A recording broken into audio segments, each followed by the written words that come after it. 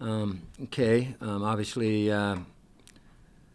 we're heading down the stretch, and the MAC is tightening up in a lot of ways. A couple games last night that were hard-fought, tough football games. Northern Illinois, our next opponent, continues to win, and obviously one of the most dominant programs certainly in our conference, and has at times gotten on the national scene. So it'll be certainly a huge undertaking for us. We're excited about it. We're looking forward to it, and hope that we're ready to go. I'm sure we will be, and healthy, and see what comes about with this game. It'll be important for both teams, of course. We gave a break before the Buffalo game of completely letting them take a few days off, probably a total of about 3. This phase in time, we took 4 off immediately in terms of actual practice. We're going to have another padded practice today. We had one yesterday.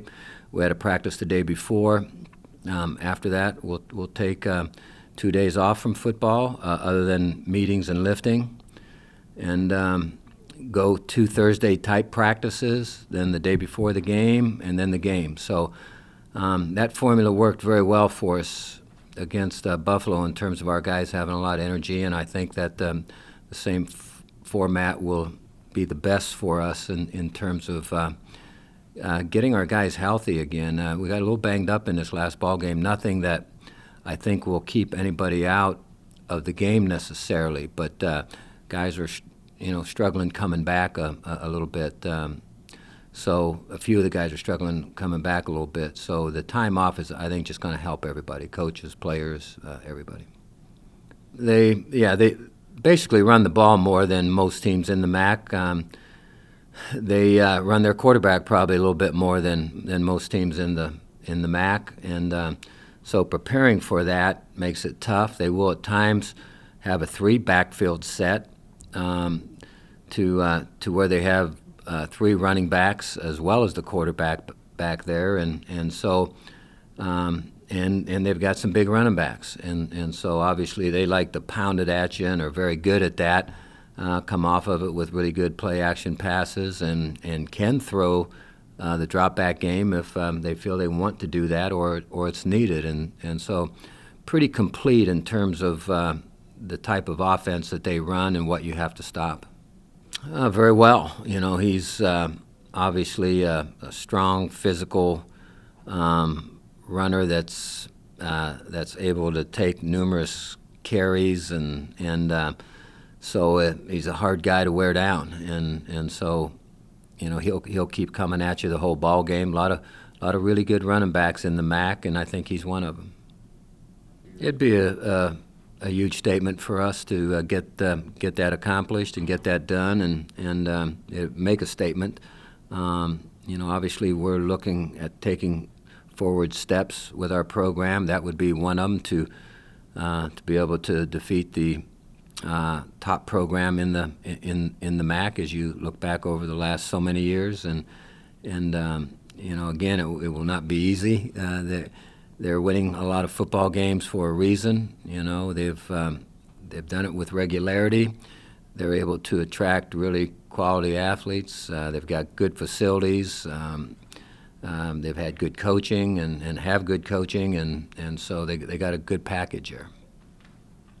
A number of safeties throughout the course of the season that have been banged up, and obviously one right from the start with Nathan Carpenter really not being healthy all year, basically, and all season. And so that position, I think, was much stronger because of the fact that some guys were back, and also the fact that guys weren't playing with a lot of bumps and bruises at that spot. We've had some problems at time in the offensive line with guys playing with injuries that allow you to play, but maybe make it difficult for you to play at the highest level that you're capable of playing at. We're hoping that we were better in this last ball game there at that position, and we got a little bit banged up again, but I think we'll be better again by the time the game rolls around. Quarterback, I think all our quarterbacks are healthy now, which is a huge plus. So, at times we've had a linebacker or two banged up a little bit, but not to a great extent. So those two positions that I mentioned, safety and in the offensive line, are probably the most critical. Yeah, well, it's been a group that has helped us get to the bowl games that we've gotten to in their time here, which is, as you're mentioning, 5 years, and it's in that way they've been a special group. No group has come through and won that many bowl games probably in the history of Ohio. So they've gotten a tremendous amount accomplished. I think it's been a dedicated group, a group with really a lot of really good leaders in that class, and and it's always tough to replace not only good football players, but it's tough to replace leaders in your program, and so that'll be a challenge for us next year to replace many of these guys. Well, Derrius was coming off of an injury. He had played the previous game for maybe a half or so, and so is not really back to his old self in terms of what he's really capable of doing. But I think he showed certainly flashes of that. He had a couple great throws that not a lot of quarterbacks are going to make that were important to us in the ball game. He had some runs that were important to us in the ball game. So his talent continually shows, and I think it'll show more and more as he starts to play again with regularity, because he was coming on very strong as we got into the season, and certainly the injury set him back, and that became a problem. But he's over it. He's ready to go, and I think we'll continue to be the old Derrius of lining up and playing really well.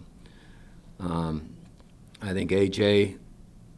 has shown through his time here what he's all about. Obviously, his ankle injury set him back. He was not 100% in this last ball game. The kind of ankle injury that he had takes a long time to heal. The extra time off should get him very close to 100%, if not right at it. And so, he's become an important part of what we're all about, in not only picking up first downs with strong runs, but also being able to make cuts and have bursts where he's able to make big and explosive runs.